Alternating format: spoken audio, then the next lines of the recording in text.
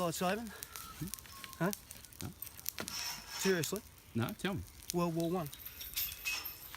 Fuel was in such short supply that the Germans invented that. They thought if they had daylight saving, people wouldn't burn as much fuel. That's what was invented for shortage of fuel in Germany. So people didn't have coal. So they thought if they had daylight saving, that'd help with the fuel shortage. So you can blame the Germans for daylight saving if you don't like it.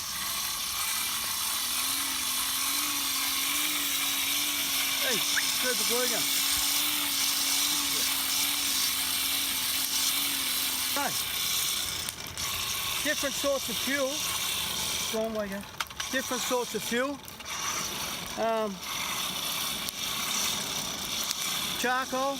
You can make your own charcoal if you've got enough wood. Charcoal's not hard to make. Coke. Coke's a byproduct of coal. That's coke. Coke's quite superior blacksmithing coke for most blacksmiths because it insulates the fire. So the outside will be cool. The inside will have a nice hot flame or hot.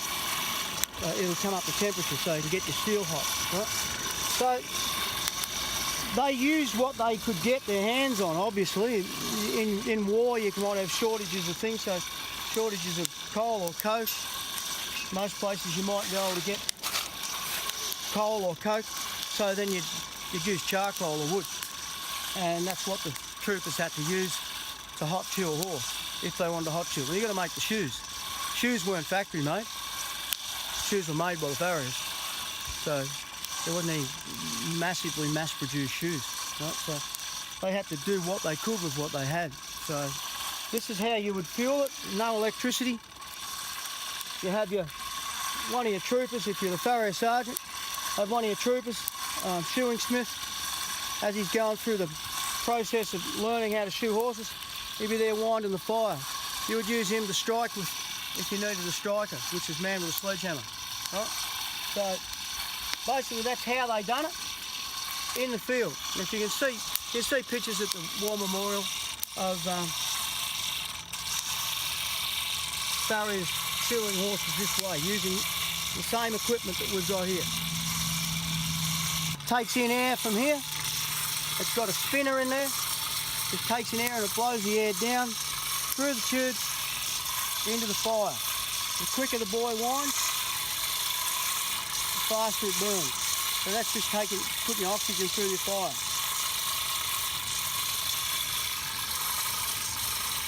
Go on a bit faster, boy.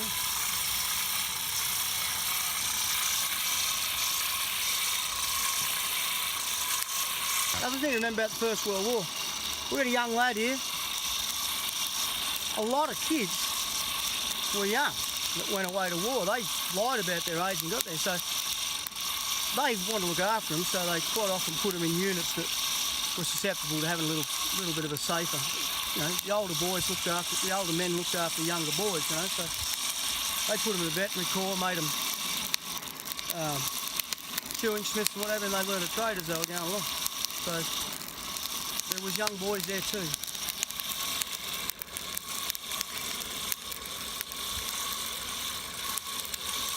What we're looking at here is a structure of a horse's foot, okay? So this is what's called his frog. It's the pointy bit down the middle, okay? It's shaped like that for a reason. As a horse's foot hits the ground, it lands heel first and it expands and contracts. You can just see his frog moving a little bit there just with my fingers, you see that? Just a little bit there with his fingers. He's got a pretty solid foot, this horse. Right, so it's designed that way. So as it hits the ground, it lands heel first, it slides, then he loads, then he breaks over. That's how his foot works. So the idea of horseshoes is that they enhance the way a horse's foot works. They don't impede it. Right, so you just clean the frog up a little bit. That's what the farrier done. Up to these things here are called his bars. And that's his seed of corn. Right, there's his wall around the outside. And you see if I just take enough off there, you can see a little line. This little darkened line there That's called his white line, even though it's not very white. That's his white line. So what a farrier's job is he's got to make a shoe to enhance the foot and trim it. After he's trimmed it, he enhances the foot. So after I've trimmed this foot, you'll see where the structure is. We try to straighten all this up. He hasn't a very straight foot because he damaged it. We straighten it all up, and then we've got to make a shoe so that it goes on the horse, protects the foot, gives him traction and protects the foot without doing any damage to him and making him lame, right? So if you put the nails in here too far, well, of course, you're going to get into a sensitive area and you're going to make the horse lame by pricking it, right? So what the farrier's job is he's got to be a technician. In those days, and still is today, he makes a shoe to enhance his trim after he's trimmed the foot. So you can look at that foot now before I've trimmed it, and then we'll trim it up and we'll have a look at it afterwards, and we'll make it a little bit different.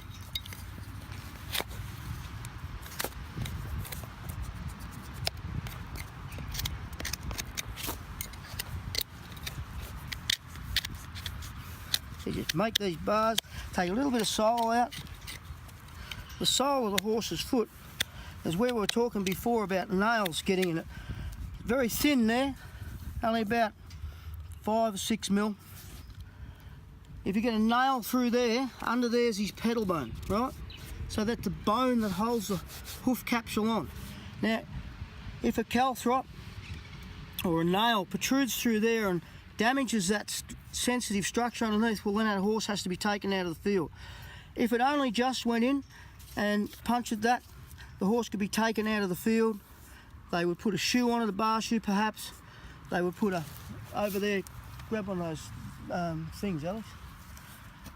They put a boot on it. They treat it with iodine and whatever they had. They put one of these types of boots on. It's a World War I one, right? Over the horse's foot and protect it until that wound healed back up, right? But remembering, they had no antibiotics or anything those days, right? So they had to do the best they could with what they had.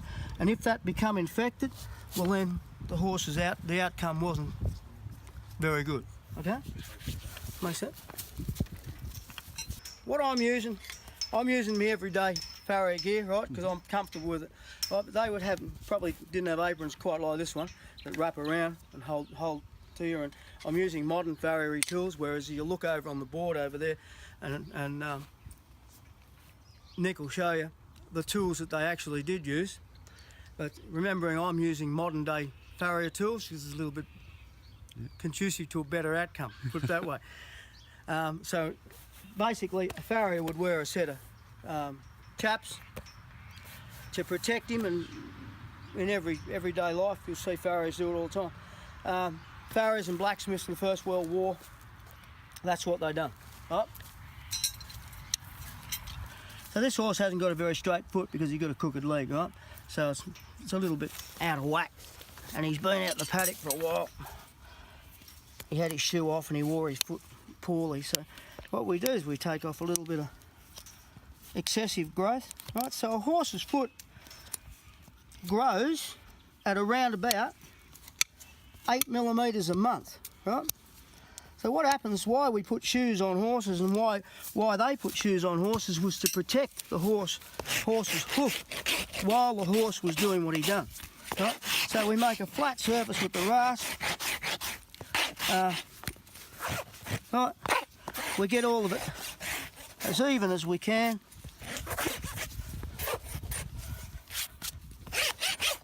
Right? And then what we've got to do is make a horseshoe fit that without damaging the horse. Right?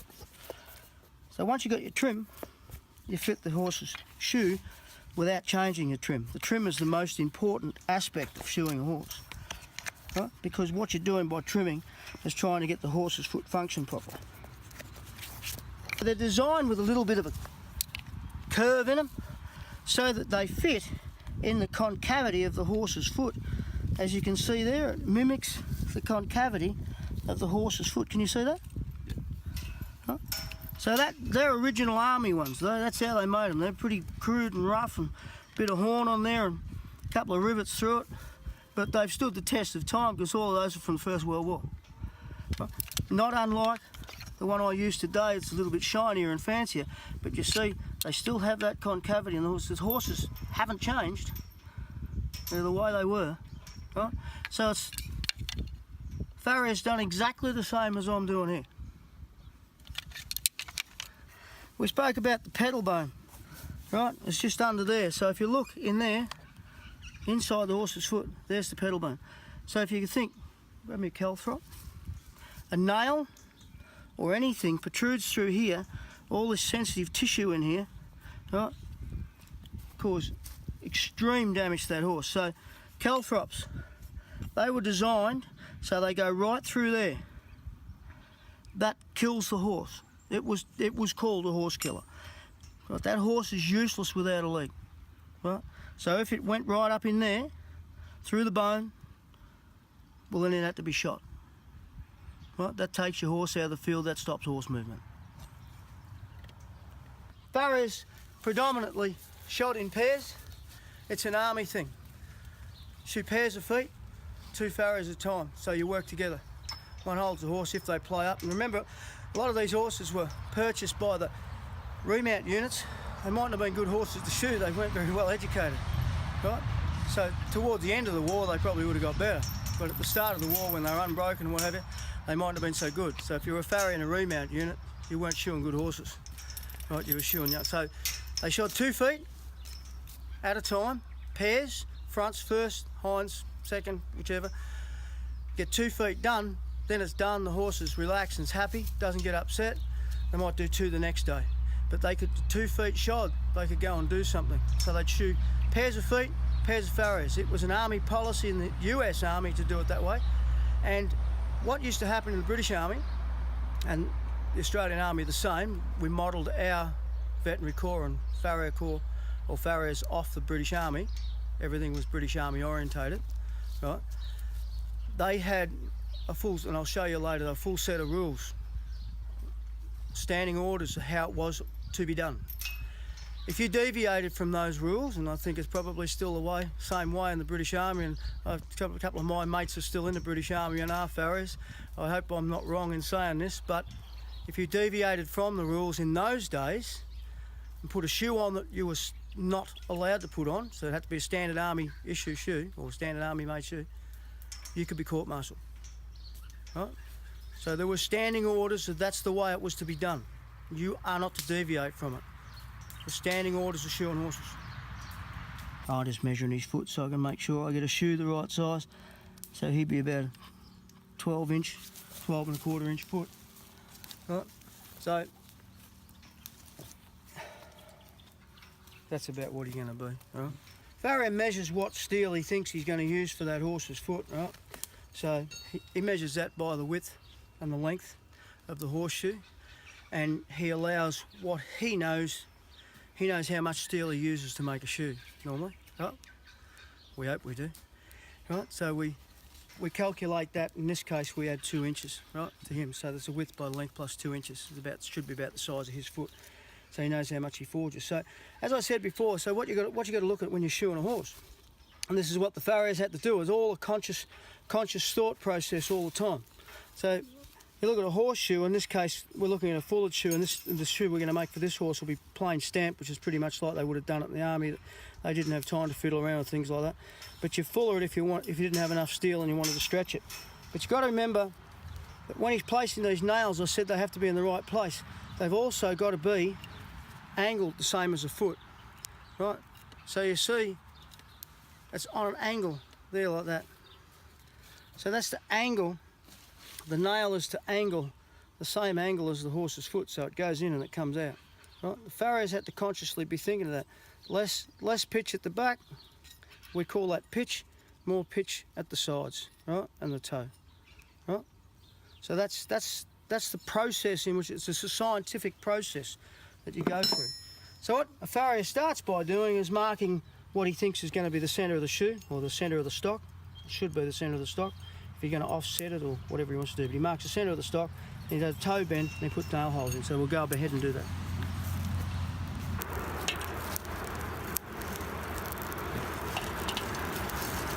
Set down into the fire where he wants it to be. covers it over with a bit of, in this case we're using coke. And as I said, coke, see it's cold on the outside. It's hot in the middle. That's why coke's superior to work with when you're working with material like steel or iron.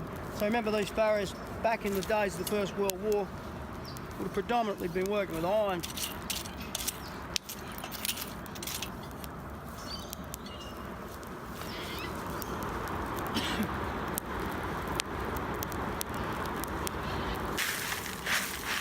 So this is the process of making a shoe. This is what we're doing. Start with a straight piece, mark the centre, which I don't think I have done.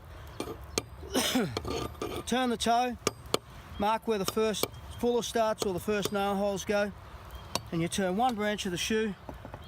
Where the toenail is, or the fuller starts, is where the heel dissects, right? And then at the end, we end up with an end result of a horseshoe, right? So actually make it square rather than round.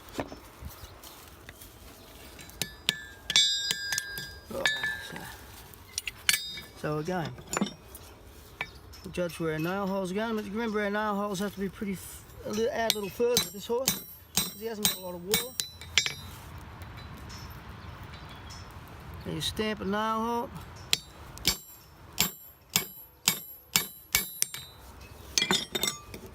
And then we take a pritchel, what's called a pritchel, making sure we've got pitch on it.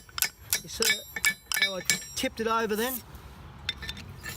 Dip it in a bit of wax to make it come off easier. Then you start of your horseshoe.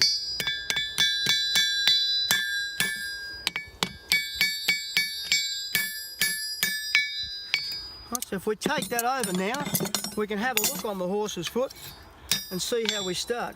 You come for a look? Offset in the wrong spot. Yep. You see? Say it again. Yeah. You see, I've marked the centre off in the wrong spot, but anyway. We'll mark it again. But that's how it starts. If we looked at that before, with the electric blower, it heats up fast. So, just for the sake of the video, remember they had to wind it, so it's a lot more labour intensive, as you can imagine. Right, so we're doing this way just for the sake of showing it the traditional method, but with modern equipment. Right? Does that make sense? Yeah. It's still the same process. Right.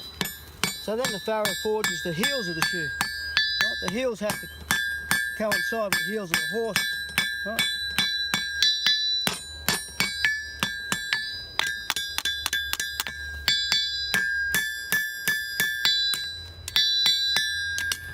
And just to safe it off a little bit, because they didn't go to all these extents, they didn't have grinders or anything like that.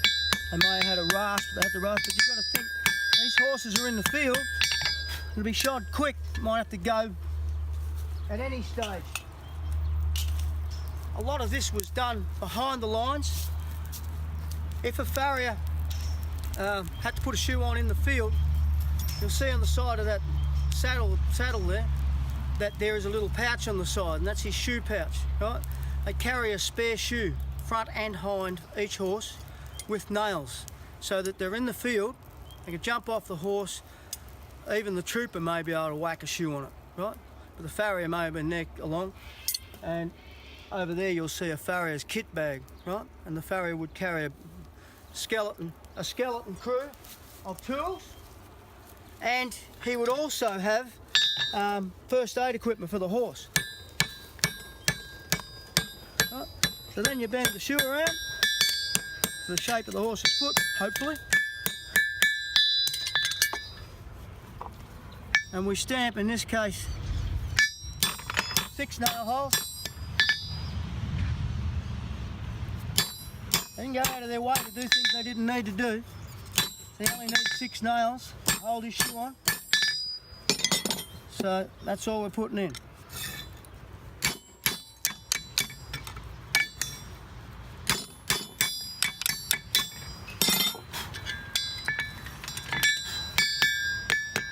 Pritchel not working properly. Should have got the right tools to start with. I think we're getting the process. And then we'll just go and show you again. This is what the farrier's looking at. But that nail hole ends where that heel ends. or starts, it indicates where the heel should end. So have a look on far lap over here. Come here, you. No.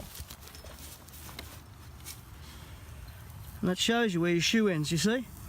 And you can see the heel check there is the same, follows the contour of his frog. You see that? Yeah. That's how you make a horseshoe. Yeah, I'll get this dust in. Yep, well, you keep it. Well, you know where it is. It's in the shed. Actually, looks like I know what I'm doing now. First time I got the motor shoe. Yeah, who are you trying to kick? Righto.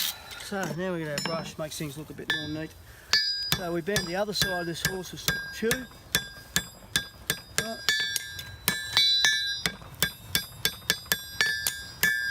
A little straighter there, making the shoe for the horse. This is what the Farriers would have done, and still is done today in some cases. Plain stamping.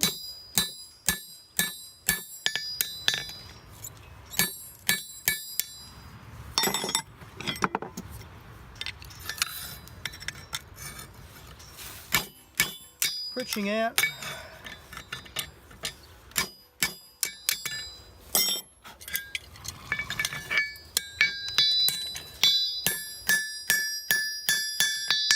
Right. Tidy it all up.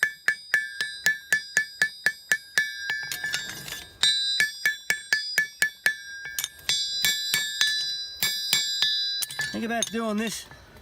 You see a lot of pictures of Australian Farriers in Palestine.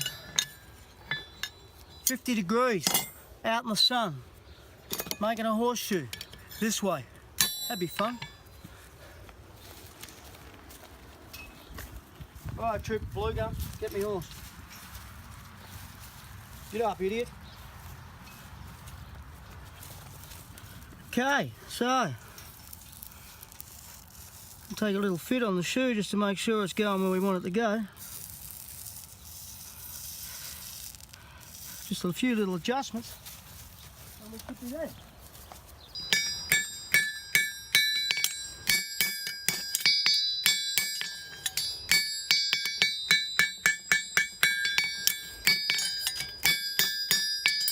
Alright, so the thing you see on horseshoes are clips. Right? Clips there to keep the shoe on. Sometimes put side clips on, sometimes put toe clips on. But everything was kept pretty simple in the army. So didn't have time to be finessing, and there would have been standard orders as to how it had to be done. Right? Remember, these horses are the property of the government, so they dictate how it's done.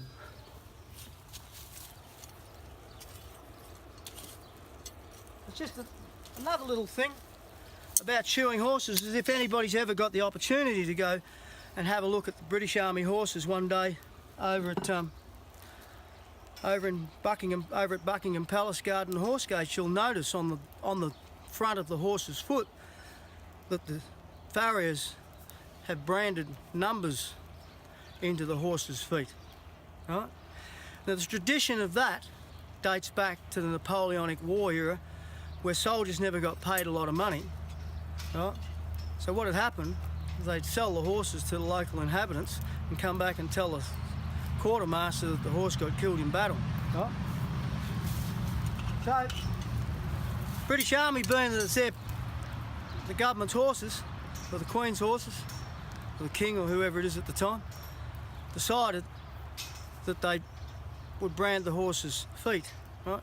So if you go to Britain today, you might see LG, meaning lifeguard, right, on one foot, and a number of the horse's army number on the other foot might be 58 or 2 or whatever it might be 158.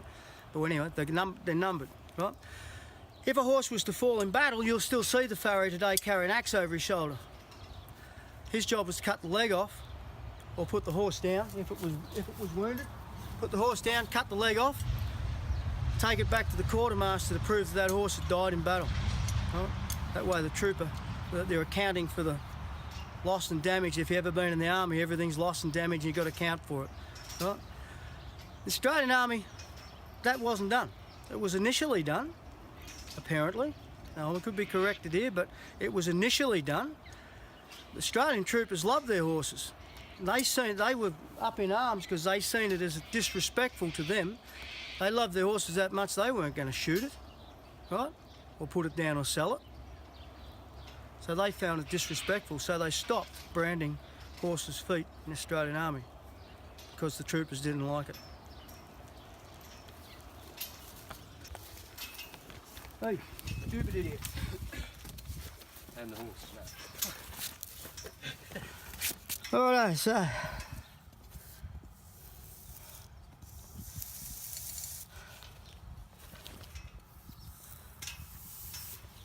oops, sorry, Nick.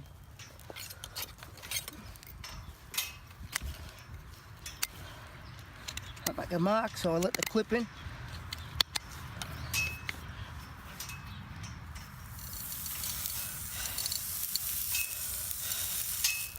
Have a flat shoe. Hopefully fits my flat foot. We just have to bring the edge around and it's finished. So what we're doing here is I've made the shoe as flat as I can make it. See, I haven't got quite flat there. I made the shoe as flat as I can make it. I've made the foot as flat as I can make it, which wasn't very good. And then we burn on to make both sides or both things meet. Nothing gets in the middle here, see? So it's what we're looking for is a perfect fit. Right, then I just take a little bit of sole pressure out, make sure that not hurting the horse.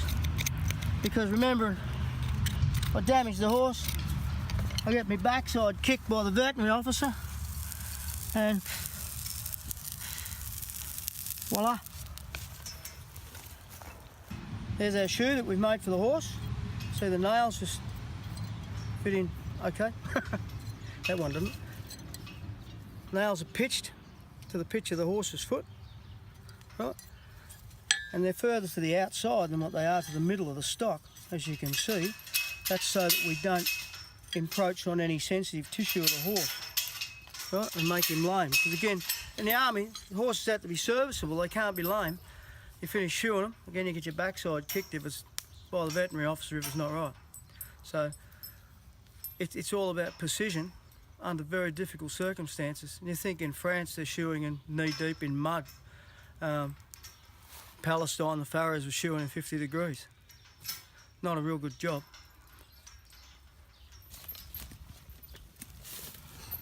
Okay, so had it fit close enough for a farrier in the field.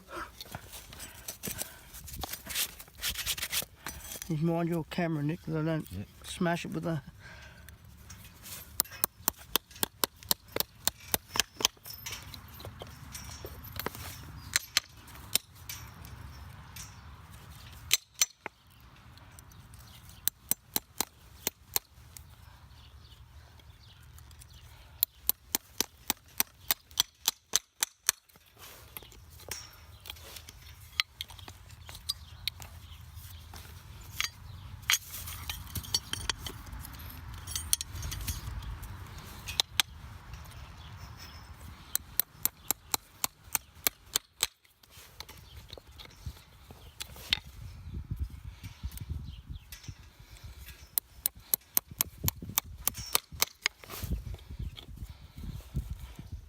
So they'd be working in pairs of farriers.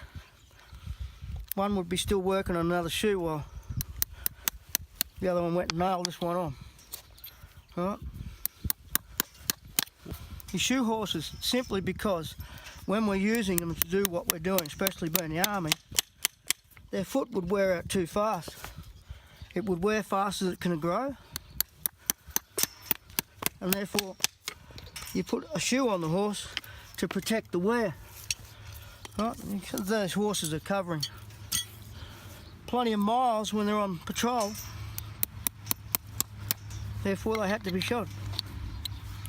And you say, oh well, in the Western Front it was wet and cold, why did they shoe them there? Well, a lot of cases they shot them for traction.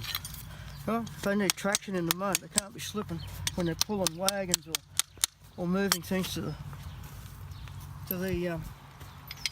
the front. So keeps them sound, no foot, no horse. And that's, you know, can't afford to put boots on or do weird and wonderful things there. The reason horseshoes are nailed on is because it can be done in any situation, in any environment. It's fast and it's cheap, right? There's no other reason. If it's done properly, it doesn't do any harm at all to the horse, right? If it's done poorly, well, of course it's going to do damage. But this is why this is why army farriers are trained, or they were trained, you know. And a little known fact is that a lot of people, they think, well, army farriers, they're just a farrier that goes and whacks a shoe on a horse. I've actually got documentation of an army farrier sergeant, the anatomy that he had to know, and he's all written down, with pictures of the horse's bones, the whole skeleton of the horse, how many bones he's got. You know, it's a whole process of knowing everything. A farrier in the army in World War I, as I said, he was the man on the spot. So he carried his tools, but he also carried first aid equipment for the horse. If something happened to the horse, it was his job to keep it going or put it down. So the farrier sergeant carried a pistol just for that job. Got the shoe on, got to keep it on. You back up the nails a little bit, not too hard because you don't want to make the horse lame. Everything's about the safety and the best thing for the horse, right?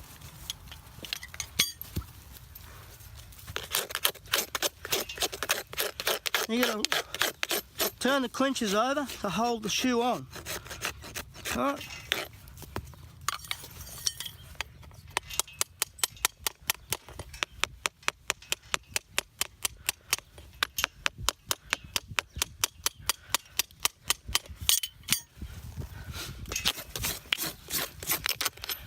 With the shoe, we were doing it these days.